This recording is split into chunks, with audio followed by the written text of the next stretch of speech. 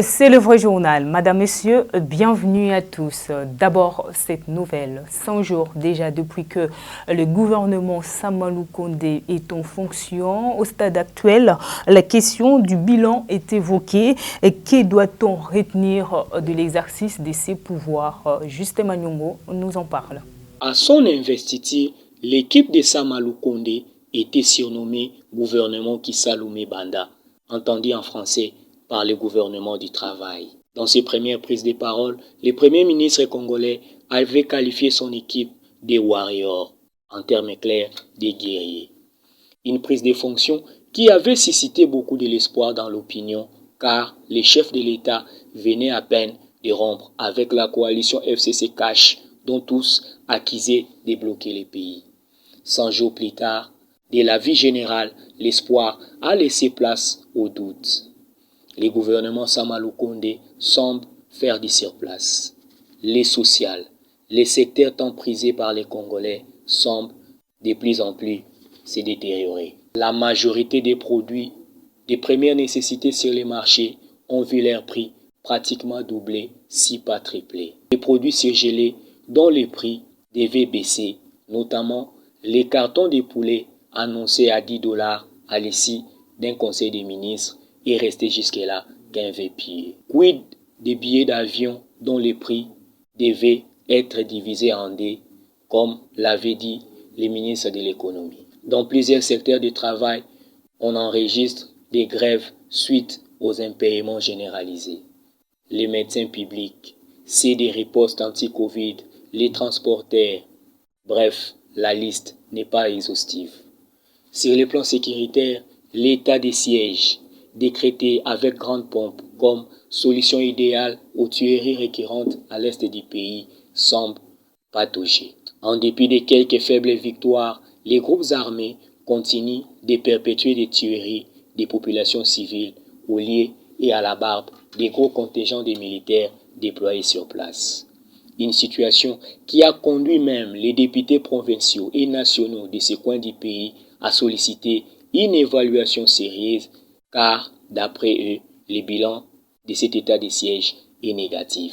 En justice, dans les passifs du gouvernement Samalou Kondé, on épingle une justice à double vitesse. Si, pour les mêmes faits, certains sont arrêtés, d'autres, par contre, continuent à circuler librement. Une situation qui a conduit Human Rights Watch à parler même d'un recul des droits de l'homme au pays de Félix Tshisekedi.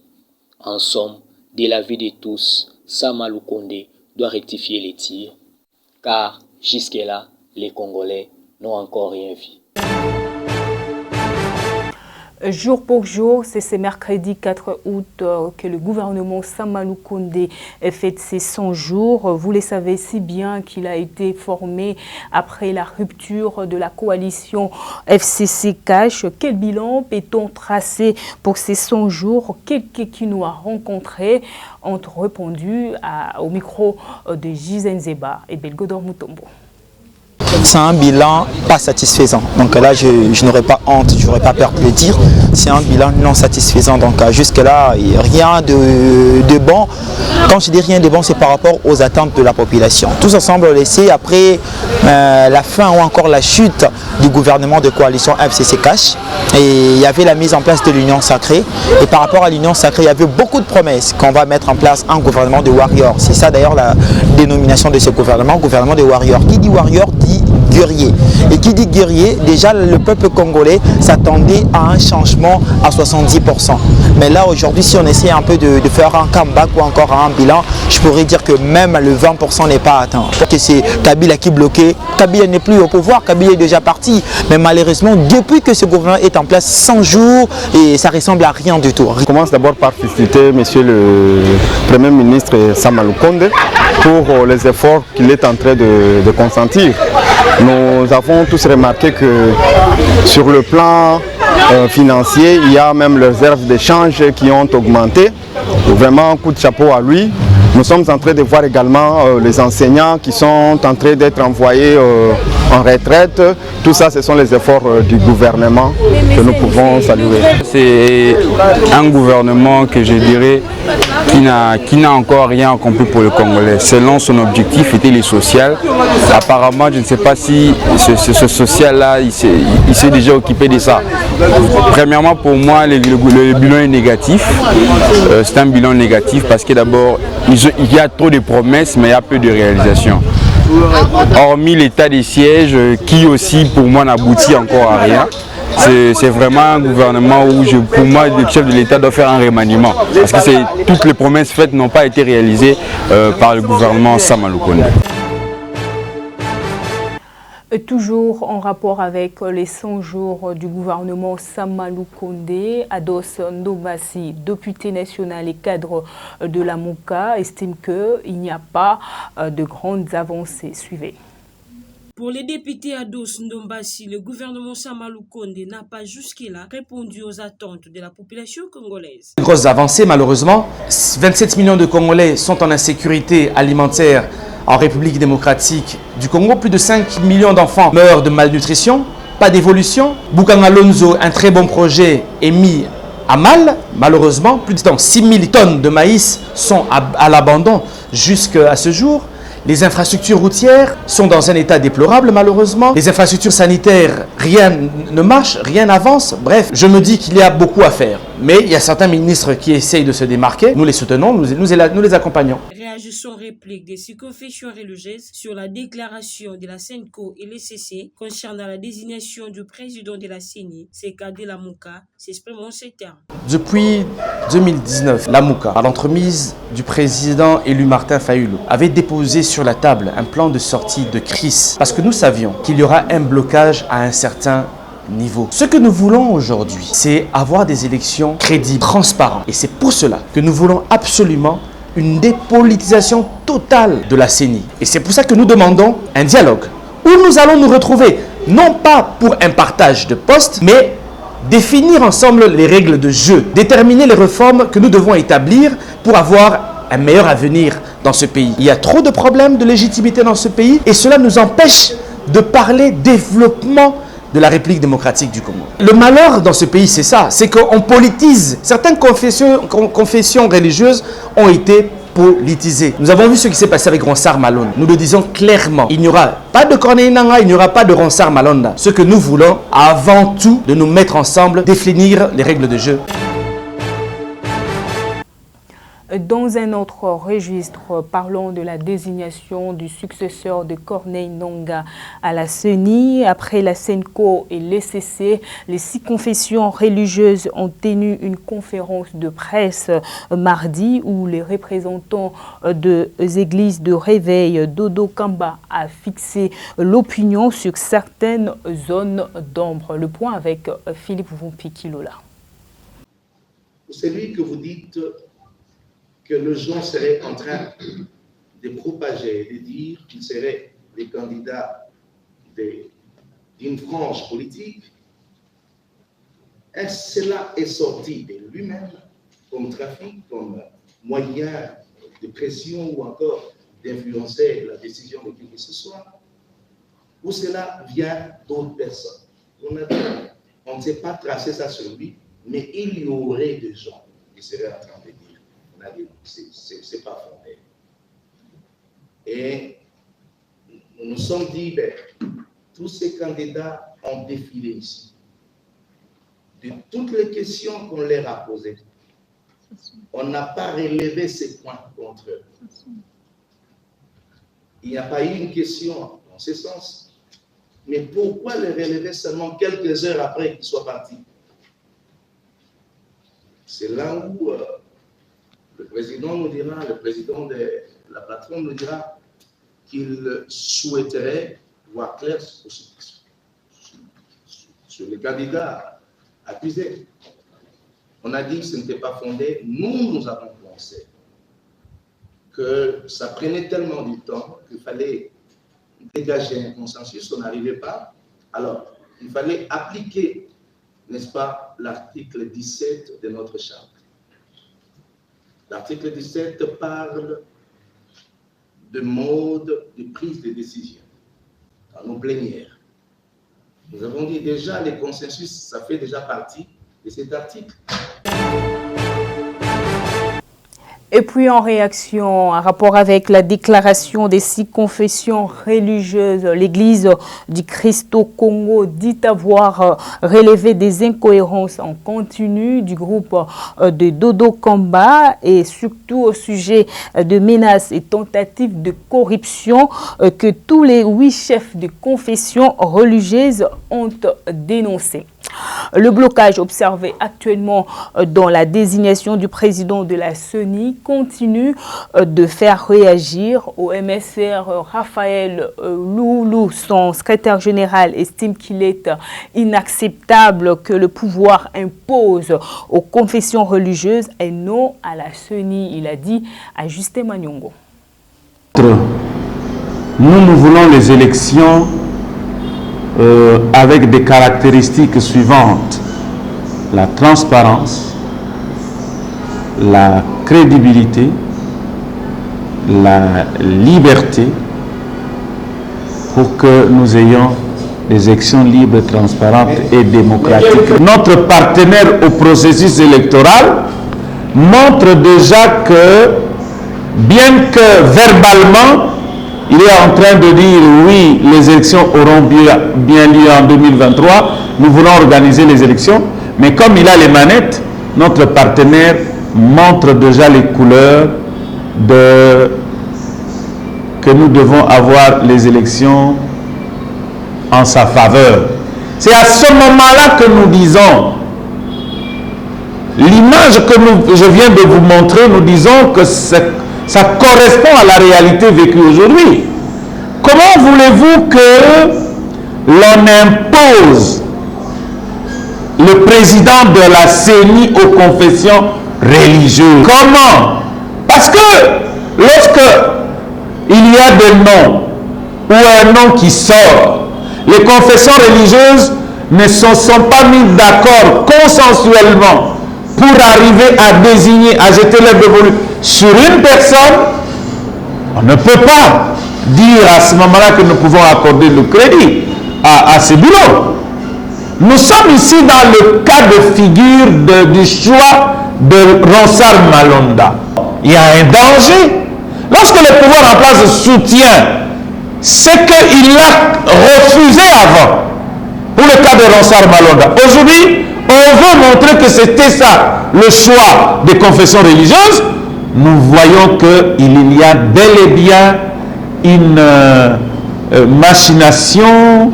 Il y a, au départ, avant le début de match, et c'est pour ça que nous disons, nous ne sommes pas d'accord. Et parlons à présent de la proposition de loi Tiani qui fait couler beaucoup d'encre et des salives depuis plusieurs semaines. Le chef de l'État, Félix-Antoine Tshisekedi, ne s'est pas encore prononcé publiquement, mais il a fait passer un discret message au président de la Chambre basse du Parlement, Bosso Kodia. Le détail dans cet élément, suivez. La proposition de loi du candidat à la présidentielle de 2018, Noël Tiani, portée par le député Ntingi Pouloulou, a créé de nombreux remous au sein de l'Union sacrée, la coalition au pouvoir, ayant pour objectif de réserver l'accès à plusieurs hautes fonctions, dont la présidence de la République, aux seuls Congolais nés de père et de mère, eux-mêmes Congolais. Elle a suscité une levée des boucliers chez certains alliés de Félix Tshisekedi comme Moïse Katumbi. Dans le rang de l'ancien gouverneur du Katanga, soupçonné de vouloir se porter candidat à la présidentielle de 2023, ce projet a été perçu comme une attaque personnelle. Le camp du patron d'Ensemble pour la République est allé jusqu'à menacer de quitter définitivement l'Union sacrée, créée en décembre 2020, si ces projets déposés le 8 juillet 2021 venaient à être inscrits au calendrier de travaux de l'Assemblée nationale. Accusé par le proche de Katumbi de parrainer discrètement cette proposition de réforme pour écarter des potentiels adversaires lors de la prochaine présidentielle. Félix Tshisekedi, qui a lui-même passé plusieurs années en Belgique, a jusque-là évité de prendre publiquement position sur ces sujets qui divisent son entourage. En coulisses, le président de la République a passé un message à Christophe Mbosonko Diampouanga, le président de l'Assemblée nationale. Selon une source dont l'entourage proche du président de la République, ce dernier a émis le souhait de reporter son inscription au calendrier des activités de l'Assemblée nationale, n'y retrouvant pas opportun de mener une telle démarche dans le contexte social, politique, sécuritaire et économique actuel de la République démocratique du Congo. Le chef de l'État voudrait également éviter que cette proposition figure à l'agenda de 2 prochaines sessions, celle qui s'ouvre en septembre consacrée au budget et celle du mois de mars 2022. Le 5 juin dernier, lors d'une rencontre avec le sénateur membre de l'Union sacrée, le président de la République, Félix Antoine Tshisekedi Tshilombo, cité par plusieurs d'entre eux, se serait également prononcé contre cette proposition de loi, bien qu'encourageant la libre expression et les débats démocratiques. À l'Assemblée nationale, l'état des sièges décrété dans ces 2 provinces de l'Ituri et du Nord Kivu ne fait plus l'unanimité, spécialement dans les rangs de députés nationaux issus de ces coins de la République. Le point avec Gertrude Ololo.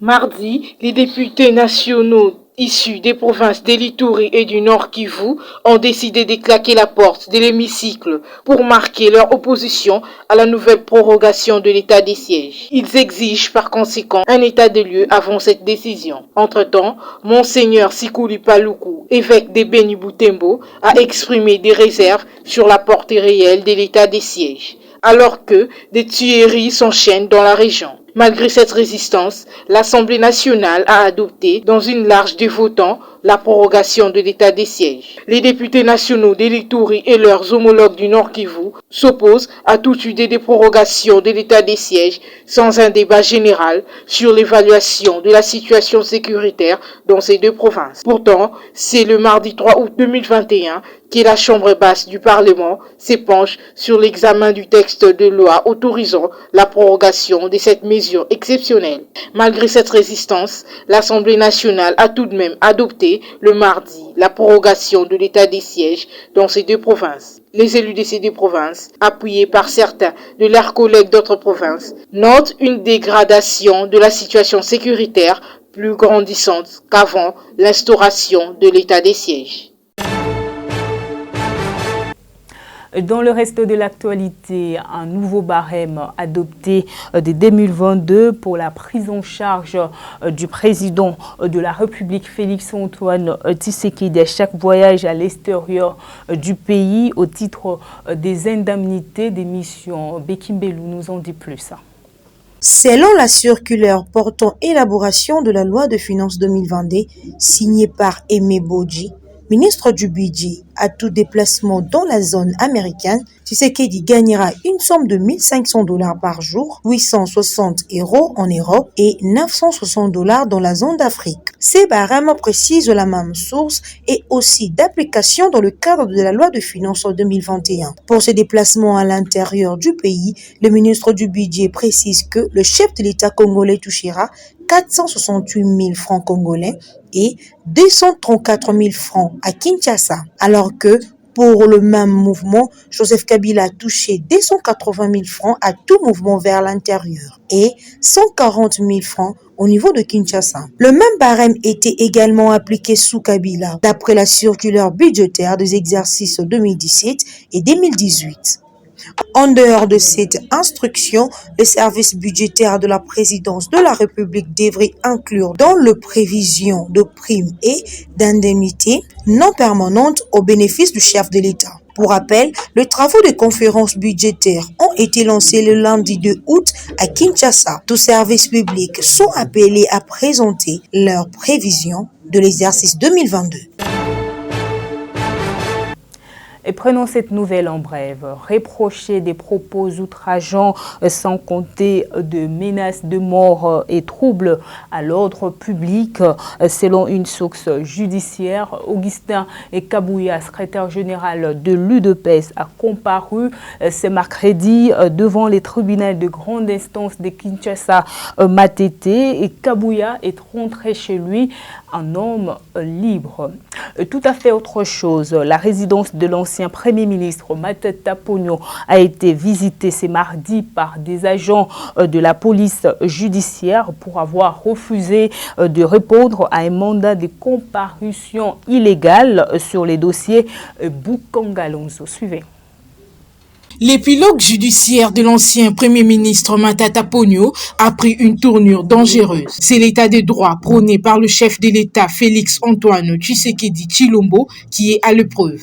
Sinon, comment expliquer cette visite impromptue mardi des agents de la police judiciaire à la résidence du sénateur Matata? Des images largement relayées sur la toile traduisent la gravité des faits. Faudrait-il encore qu'il y ait un mandat de perquisition, des portes cassées jusqu'à pénétrer dans la chambre à coucher? Des images insoutenables sur la toile, les avis sont partagés. Mais tous condamnent, à l'unanimité d'ailleurs. Plus que jamais, il n'y a doute sur l'acharnement dont est victime le sénateur Matata, élu de Kindu, dans le Maniema. Pourquoi en fait-on tant à Matata Ponyo Mapan? Le dernier épisode est celui de cette violation flagrante de sa résidence jusqu'à son intimité. Une incroyable saga. Lorsque tout le monde sait que l'ancien Premier ministre est rentré librement au pays pour répondre à la justice, dans le strict respect des prescrits de la loi. Le plus étonnant est l'acharnement injustifié du procureur général près la Cour constitutionnelle à qui le Sénat a interdit de poursuivre Matata Ponyo dans le cadre de l'affaire Boukangalonzo. Une situation qui intrigue plus d'un observateur neutre. C'est par une série de tweets que le sénateur a alerté l'opinion publique sur l'invasion de sa résidence par des agents de la police judiciaire de parquet. Ma résidence vient d'être violée par une dizaine de policiers dirigés par un général. La porte de ma chambre où j'étais couché en repos médical a été cassée et j'ai été menacé pour avoir refusé de répondre à un mandat de comparution illégale sur le dossier Boukangalonzo, a écrit le sénateur élu de Kindu dans le Maniema. Avant de remercier les autorités des services publics qui ont intervenu pour stopper cette barbarie et les traumatismes de mes enfants pour avoir refusé, sur conseil de mes avocats, de répondre à plusieurs mandats de comparution illégaux du PGJP Mukolo. Décès de Joël Malou, jeune Congolais résidant en Inde dans un poste de la police indienne. Sur cet effet, les Kinois ont manifesté leur indignation à Lupène et dans d'autres coins de la capitale. Suivez. Quelques Kinois ont pris d'assaut le magasin et alimentation des Indiens, comme le SK Upen n'a pas été épargné.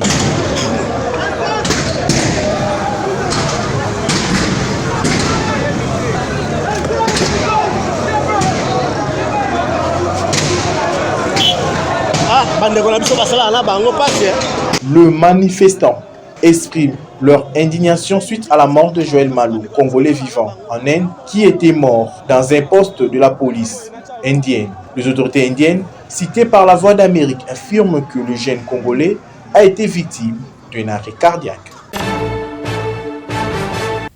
Suivez à présent, avant de nous quitter, en intégralité la conférence de presse co-présidée par le conseiller de la conseillère spéciale du chef de l'État en matière de la jeunesse, la représentante de l'université Sami de l'Ukraine et le coordonnateur de la conférence des études à l'étranger, Coetra. C'est l'opportunité d'un partenariat entre l'université des Soumis, ici représentée par Madame Tatiana, et le jeune Congolais, et localement ici encadré et orienté par M.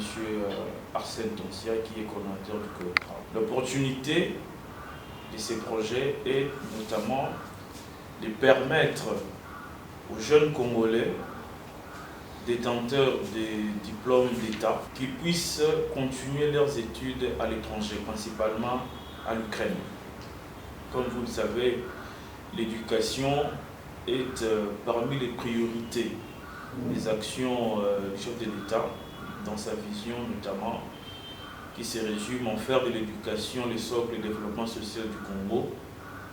Alors, à chaque opportunité où les jeunes Congolais ont la possibilité d'être formés ici ou ailleurs, le sujet concerne au plus haut point la hiérarchie suprême de la République. Comme il s'agit de jeunes et que le président de la République a une conseillère spéciale dédiée à la matière, raison pour laquelle Madame s'est impliquée personnellement pour que les projets se réalisent ici au Congo. Bien sûr, sous le haut patronage de la conseillère spéciale du chef de l'État, chargée de la question de la jeunesse et VGB, que je demande à l'assistance d'applaudir. Nous soulignons que ces programmes entrent dans la vision du chef de l'État, qui est le peuple d'abord. Pour ne pas monopoliser la parole, nous remercions aussi la délégation ukrainienne d'avoir répondu favorablement à l'invitation de son Excellence Madame la conseillère du chef de l'État. Я представляю Сумський державний університет. Je représente l'université de Soumy.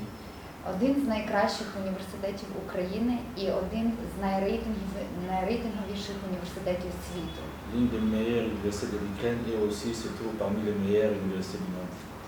Я дуже дякую президенту Демократичної Республіки Конго, також пані Шанталь і месьє Арману за те, що вони запросили і опікуються нашим перебуванням тут. Мені дуже приємно бути в Конго. Je voulais dire un grand merci au président de la République démocratique du Congo et encore à Madame Chantal et aussi à monsieur Herman qui la représente pour notre séjour ici en République démocratique du Congo. Наша місія тут представити можливості, які надає Сумський державний університет для навчання молоді з Конго і отримати освіту за великою кількістю спеціальностей. Ви можете бачити на банері, це і економіка, і медицина, і інженерія, і комп'ютер сайенс, IT і багато іншого, а також розширювати співпрацю між університетом України і університетами Конго. Notre objectif ici, c'est vous introduire l'université de Soumy et vous montrer que les jeunes Congolais ont l'opportunité de faire ces facultés que vous pouvez voir derrière nous. Et il y a beaucoup de facultés, ils peuvent venir étudier là-bas, mais pas seulement ça, et aussi avoir des contrats avec les universités congolaises pour une coopération. Ayant fini leurs interventions respectives, nous passons la parole à la presse ici invitée pour les éventuelles questions qui peuvent être orientées soit à moi, à Mme Tetiana ou aussi à M. Arsène. Je voulais savoir, là où elle a dit que l'université Soumy va aussi être en contact avec l'université congolaise. Est-ce qu'elle est déjà en contact avec les universités congolaises? C'est une structure qui se trouve en Ukraine, qui facilite, qui est en partenariat avec les structures qui se trouvent ici en RDC. Pour l'obtention du visa et la facilitation de visa pour les candidats qui sont retenus à partir de Kiel pour aller poursuivre leurs études en étranger. Manager du Intellectual Academy depuis coordonnateur du COETRA, les trois structures qui ont en partenariat avec IMC, qui a invité la délégation ukrainienne en RDC sous le patronage du conseiller spécial du chef de l'État. L'objectif de ce partenariat est que c'est bénéfique au niveau de la population pour les accords au niveau des universités et puis le finaliste de cette année ainsi que le diplômé d'aller poursuivre leurs études au niveau de l'étranger en Ukraine. Puis il y a deux modalités, il y aura la participation dans le concours de bourse qui est organisé au niveau de Kinshasa et puis dans les jours à venir dans les différentes provinces. Et puis il y a une conférence de presse qui est prévue pour le 7 août au bâtiment de la territoriale sur boulevard Triomphal de 9h à 12h.